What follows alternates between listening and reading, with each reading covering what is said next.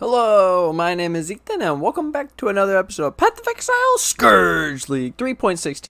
Today I'm going to be showing you guys how to farm logbooks yourself from the Expedition League mechanic in maps. I hope you guys really enjoyed my video of farming T16 logbooks, and if you do, like the video, it really helps the videos. And if you're new to the channel, hit that subscribe button, it really helps the channel, and I hope you enjoy the video. You start to find Expedition from Act 6 and onwards. Expedition has an 8% chance to spawn in maps. For this strategy today for farming logbooks, we're talking about the league mechanic in the maps, and we're going to be talking about the highest level logbooks possible, item level 83. Alright, so I mentioned that we have an 8% chance to find Expedition in maps.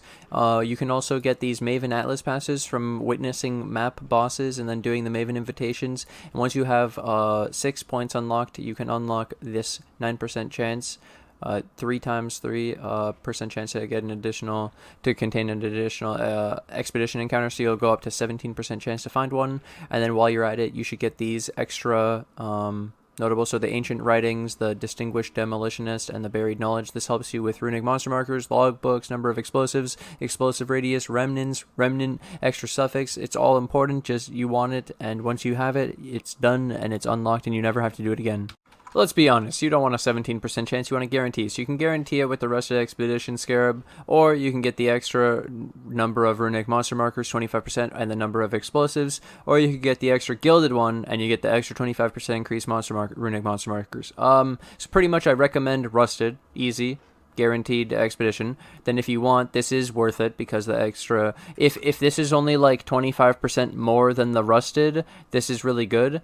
And if this is only like a little bit more than the polished, then this is also fine, but if it's a lot more, this isn't worth it. And so that's my logic behind the scarabs, and yeah, this gets you a guaranteed expedition. I highly recommend using Rusted. The watchstones I recommend for this strategy are the 15 to 20% increased quantity of vendor refresh currencies dropped by monsters in the area, and this is a Gambler's Platinum Lyra Arthane watchstone. I recommend 4 of them, and I rolled them with divines to 20%, 6 divines on average, and then this is 80%, and then you get the middle atlas passive Secrets of the Stones for 25% increased effect of the watchstone modifier, so you get 100% increased quantity of the vendor refresh currency, and that's sick.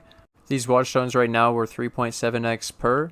On average, one of these watchstones takes around over 2,000 alterations to hit. So prepare, this is kind of expensive. And it's about 715 alterations per X right now. So yeah, 3X for 2,100 alterations easily. So each watchstone is about 3X in alterations just to craft yourself.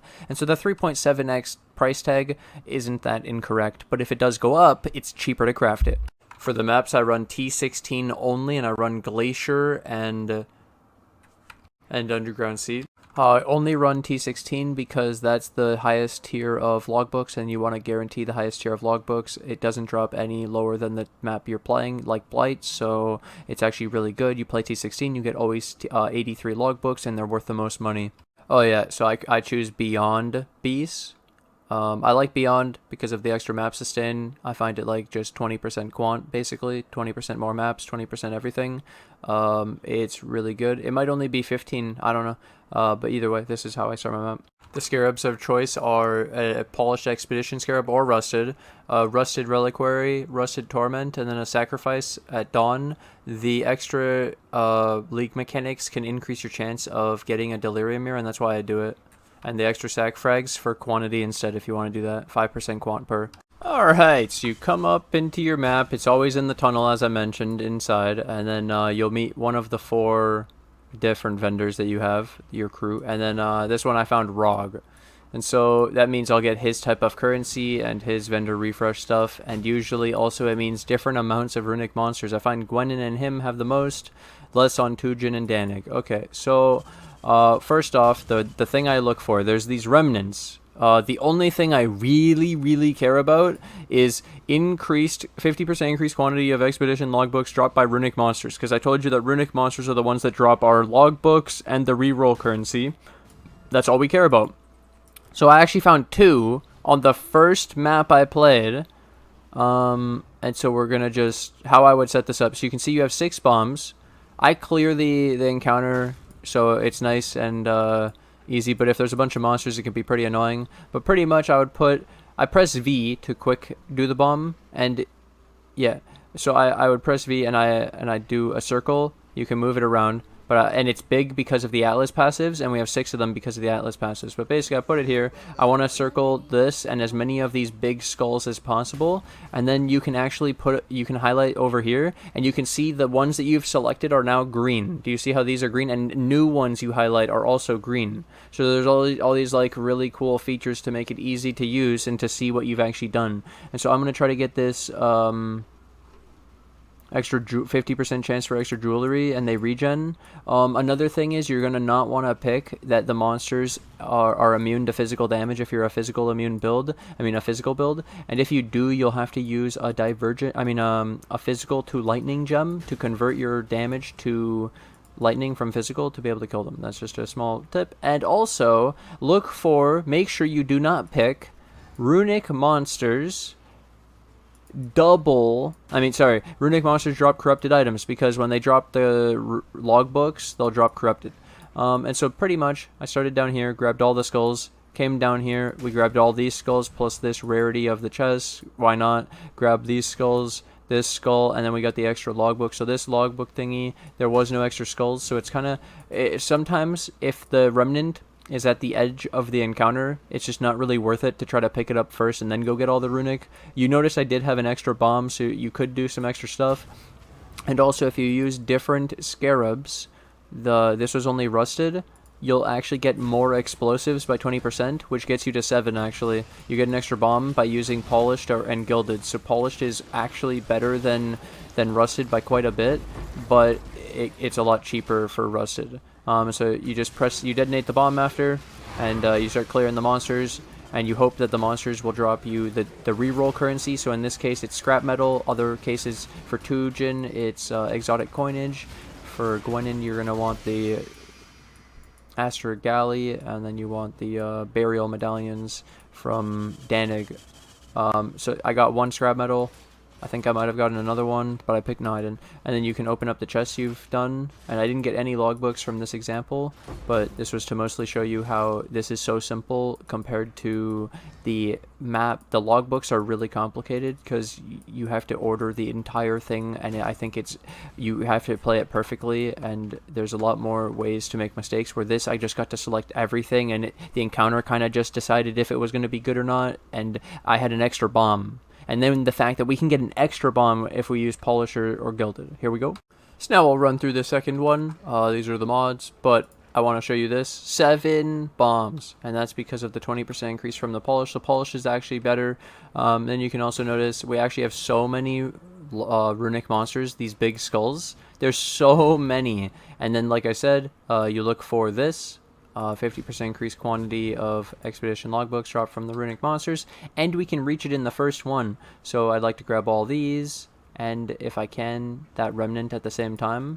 I put it right there, and then we'll see, was this grabbed? That pack size is not grabbed, but I'll grab all those are grabbed. Let's grab all these runic monsters in this, and then we'll grab, while we're coming across, the quantity of artifacts and the pack size. And then we'll grab all of these runic monster markers and the remnant at the same time. And then we'll grab these. And we'll grab all of this. And we actually have extra. So I guess I'll just put it down here to grab anything I missed. You see how having extra bomb kind of useless because we already cover everything so well. And we had an extra bomb on the other one. So having an extra bomb would have been insane. But I guess we could have got the double logbook node on the other one then. So this is Tujin, and you can get exotic coinage. The reason we do item level, we do Glacier and the other one 83s, why I do tier 16, why I recommend tier 16, is whichever tier you're doing, that's what tier of logbook you're going to get, and 83 is the best you can get, and so it's worth the most money, and that's why I recommend farming only 83s when you're doing logbook farming to make the most amount of money out of it. We didn't get any logbooks, but we did get 8 exotic coinage, and at the current price, those are pretty expensive. Those are decent, so not bad. Exotic coinage are 4C per, so that was 32C. Now you're like, what are we doing in the menagerie, Ethan? Okay, so you finally got a logbook. You look at this one, and let's say we want to roll it for Scythe, because Scythe money. So we have 40, in the increased explosive radius at the top, and then the increased quantity of artifacts. So this is for your logbook. Let's say I want to get 30-30 on those. And so I'll use Bless Orbs to roll the implicits, and so I got 40, 38. This is 2 off of perfect. Now, before selling this, I would recommend alking it. You don't have to do the blessed, but it's better then for the people you sell it to, because they'd rather it be rolled. And then in here, there's ephemeral plagued arachnid in the bestiary, and this can actually split a rare into 2, splitting the mods, but you can only split once. So splitting a logbook, if the price of the ephemeral plagued arachnid is cheaper than the price of the logbook, this is profitable. You actually make money by splitting your logbooks and then selling them. You cannot fractured fossil. You can also play your logbooks by opening them up in Danig, opening them up here, but that we're not going to go into details in this video for that. I have another old video of how to run Expedition if you want more specific details, but now I'll do a quick TLDR on the vendors, because this is a video about getting the logbooks, but I figure I should include a little bit about this. So like I said, you get the vendor refresh currencies, and you get all these different untradeable currencies. You can literally just come in here, decide if you like the deal for Tujen, and offer him an amount. I don't think this is very good as an example. Maybe it is good, but point is, don't just take every deal he gives you. Look at them, value it, figure out what this is worth, figure out what this like compared to how much you have, like how expensive it is. Maybe look at the prices of some other stuff, like 34 lesser for this, that kind of stuff. So Tujen is the haggler. You can gamble, you can like mess around.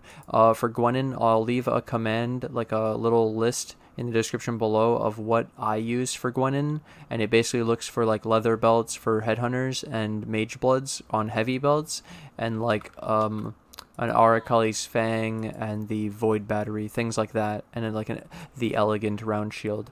For Rog, you can craft gear, so you pick a gear and then you can modify the gear. And in Danig, all I do is I reroll him, and you buy all of the exotic coinage, all of the Astragali, and every logbook you find, and it's as easy as that. So Danig is really simple and really fun, and then you have more of the Gwennen rerolls and the Tujen rerolls. That's my recommendations.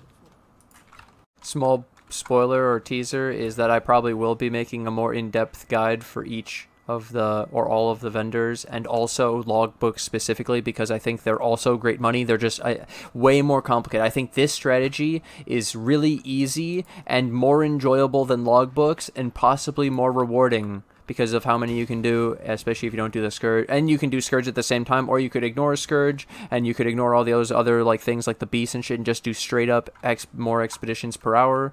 Either way, this strategy has been extremely profitable. Like I showed, all of these logbooks, some of these aren't even split, so I could split them still. I also have the warning, like I mentioned, do not choose runic monsters drop corrupted items, because they drop corrupted logbooks, which means you can't change the implicits, you cannot roll them with blessed orbs, and you cannot split this, because you can't make it rare, and it's corrupted, so you can't split. So just a really big warning on that one.